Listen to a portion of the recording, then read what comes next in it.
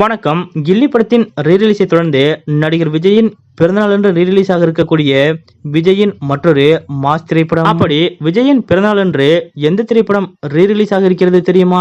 இதை பத்தின முழு விவரத்தோட இப்ப நம்ம பார்க்கலாம். கடந்த 2004ஆம் ஆண்டு ஏப்ரல் 17ஆம் தேதி இயக்குனர் தரணி இயக்கத்தில் விஜய் நடிப்பில் வெளியான திரைப்படம் கில்லி. இந்த திரைப்படம் 20 ஆண்டுகளுக்கு பிறகு 4K டிஜிட்டல் தரத்தில் மெருகூட்டப்பட்டு கடந்த ஏப்ரல் 20ஆம் தேதி அன்று திரையரங்குகளில் ரீரிலீஸ் ஆனது.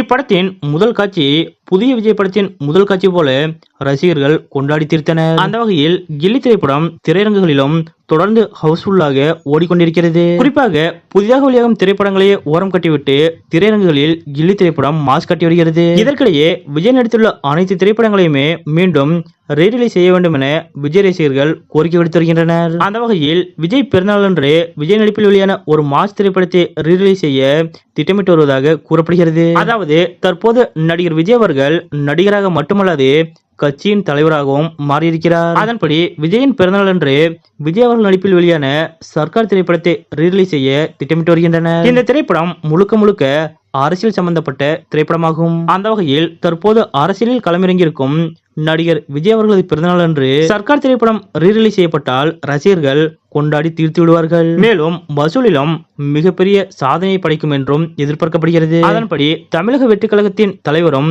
நடிகருமான விஜய் அவர்களது பிறந்தநாளான ஜூன் 22ஆம் தேதி அன்று திரையரங்குகளில் மீண்டும் விஜய் அவர்கள் நடிப்பில் வெளியான சர்க்கார் திரைப்படம் ரீரிலீஸ் ஆகும் என்று சொல்லப்படுகிறது. கில்லி திரைப்படத்தை தொடர்ந்து விஜயின் பிறந்தநாள் அன்று சர்க்கார் திரைப்படம் ரீரிலீஸ் ஆக இருக்கிறது என்று கூறப்படும் இந்த தகவல் பற்றிய உங்களுடைய கருத்துக்கள் என்ன அப்படிங்கறத மறக்காம கமெண்ட்ல குறிப்பிடுங்க.